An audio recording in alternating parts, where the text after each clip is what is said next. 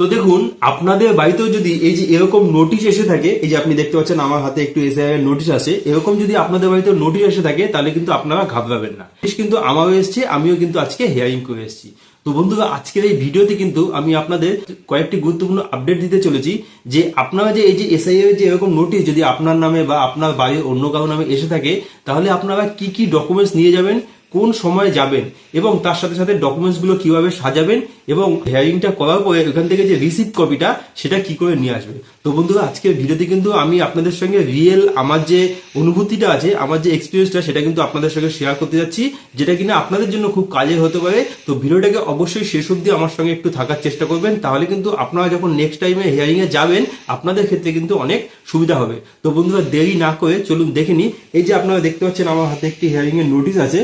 তো সর্বপ্রথম আপনাদের নামে যদি এরকম হিয়ারিং এর নোটিশ এসে থাকে, তো আপনারা যেটা করবেন, সবার প্রথমে কিন্তু আপনারা এই যে হিয়ারিং এর নোটিশটা, এইটা কিন্তু একটা জেরক্স কপি, সেটা আপনারা নিয়ে নেবেন। এইখানে আপনারা দেখতে পাচ্ছেন কিন্তু আজকের ডেট দেওয়া আছে, এই যে দেখতে পাচ্ছেন 28/1/2026। আজকেই কিন্তু আমি এটা এইখানে লেখাই আছে, দেখুন অ্যাটেন্ড অন এসআইআর হিয়ারিং, মানে আমি কিন্তু আজকে এখান থেকে আজকে কিন্তু হিয়ারিংটা সম্পূর্ণ করে এসেছি। তো বন্ধুরা, সর্বপ্রথম আপনারা যেটা করবেন, ডকুমেন্টসগুলো ঠিক এইভাবে সাজাবেন, আমি যেভাবে দেখিয়ে দিচ্ছি। সবার প্রথমে কিন্তু আপনারা এই যে নোটিশ যেটা আছে, এই নোটিশটা একটা জেরক্স কপি সবার উপরে আপনারা দেবেন। তারপরে আপনারা যেটা করবেন, আপনাদের যে অ্যামুলেশন যে ফর্মটা ছিল, এসআইআর যে ফর্মটা ছিল, সেই ফর্মটা কিন্তু আপনারা তারপরেই নিয়ে নেবেন। সেই ফর্মটা, যেই ফর্মটা কিন্তু আপনারা বিএলওকে এক কপি জমা দিয়েছিলেন, আর এক কপি কিন্তু আপনাদের কাছে নিশ্চয়ই আছে। তো সেই কপিটার জেরক্সটাও কিন্তু আপনারা তার নিচে নিয়ে নেবেন। তারপরে আমি যেটা দিয়েছি আপনারা দেখতে পাচ্ছেন, এই যে এটা হচ্ছে কি 2002 সালের ভোটার লিস্ট। আপনারা নিশ্চয়ই ম্যাপটা দেখিয়েছেন 2002 সালের সঙ্গে, হয়তো আপনার নিজের নাম অথবা আপনার বাবা মা, ঠাকুরদা ঠাকুমা অথবা দাদা দিদি, যে কারো নাম তো আপনারা নিশ্চয়ই দেখিয়েছেন ম্যাপ হিসাবে। তো যার নামটা আপনারা দেখিয়েছেন তার যে পার্ট আছে, সেই পার্টে এই যে আপনারা দেখতে পাচ্ছেন একদম ফার্স্ট পেজ যে আছে, সেই ফার্স্ট পেজের অংশটা, আর তারপরেই কিন্তু এই যে তার যে নামটা আছে সেই লিস্টটা, সেইটা কিন্তু আপনারা এইভাবে কিন্তু নিয়ে যাবেন। এবং তার সঙ্গে সঙ্গে আপনারা দেখতে পাচ্ছেন আমি এখানে টিক মেরে দিয়েছি।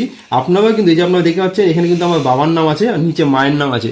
তো আপনারাও কিন্তু এরকম টিক মেরে দেবেন, না হলে আপনারা আন্ডারলাইন করে সেখানে কিন্তু আপনারা হাইলাইট করে লিখেও দিতে পারেন পিতা মাতা, তাহলে কিন্তু হিয়ারিংটা করতে অনেক সুবিধা হবে।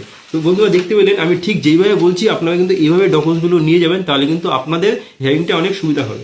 তারপরেই কিন্তু আমি দেখতে পাচ্ছেন আমি এখানে একটা জমা দিয়েছি বার্থ সার্টিফিকেট। আপনাদের কাছেও যদি এরকম বার্থ সার্টিফিকেট থেকে থাকে, তাহলে কিন্তু আপনারা এই বার্থ সার্টিফিকেটটা তারপরে দিয়ে দেবেন।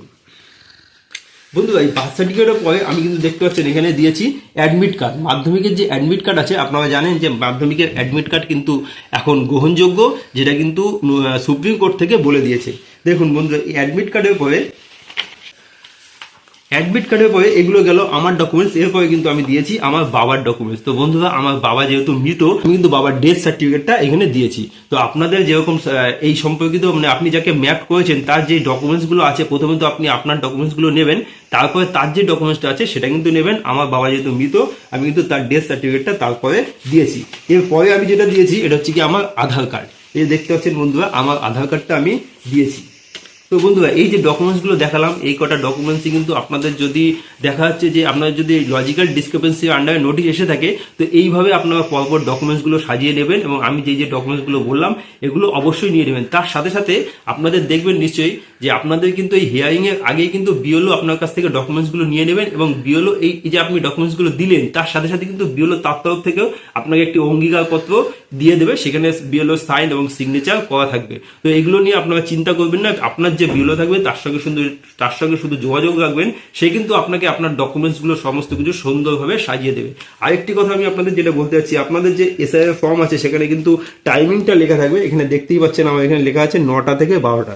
তো বন্ধুরা, আপনার যে টাইমটা লেখা থাকবে এসআইআর ফর্মে, সেই টাইমটা দেখেই কিন্তু আপনারা যাবেন। আমার কিন্তু 9টা টাইম ছিল, আমি 9টায় পৌঁছে গেছিলাম, কিন্তু 10টার থেকে আমাদের হিয়ারিংটা চালু হয়েছিল। আর সর্বশেষ আমি আপনাদের যেটা বলবো, এই যে আপনি যে হিয়ারিংটা করলেন, আপনি তো জমা দিলেন, তো সুপ্রিম কোর্টের তরফ থেকে যে বলা হয়েছিল রিসিভের কথা, তো এই রিসিপ্টটা কিন্তু আপনারা অবশ্যই নিয়ে আসবেন। মানে আপনার কাছে যে জেরক্সটা থাকবে এসআইআর, সেখানে কিন্তু সে যিনি হিয়ারিং করবেন সে কিন্তু এইরকমভাবে আপনারা দেখতে পাচ্ছেন স্টাম্প মেরে সিগনেচার করে দেবেন, এরকমভাবে স্টাম্প মেরে সিগনেচার করে দেবে। তো বন্ধুরা, আশা করি আজকে আমি যেটুকু আপনাদের কাছে আপডেট দিতে পারলাম বা আমার এক্সপিরিয়েন্সটা শেয়ার করলাম আপনাদের ভালো লেগেছে। যদি ভালো লেগে থাকে ভিডিওটাকে অনেক অনেক করে শেয়ার করে দেবেন, যাতে মানুষের সুবিধা হয়, এবং চ্যানেলে যদি নতুন হয়ে থাকেন চ্যানেলটাকে অবশ্যই সাবস্ক্রাইব করে রাখবেন। ধন্যবাদ।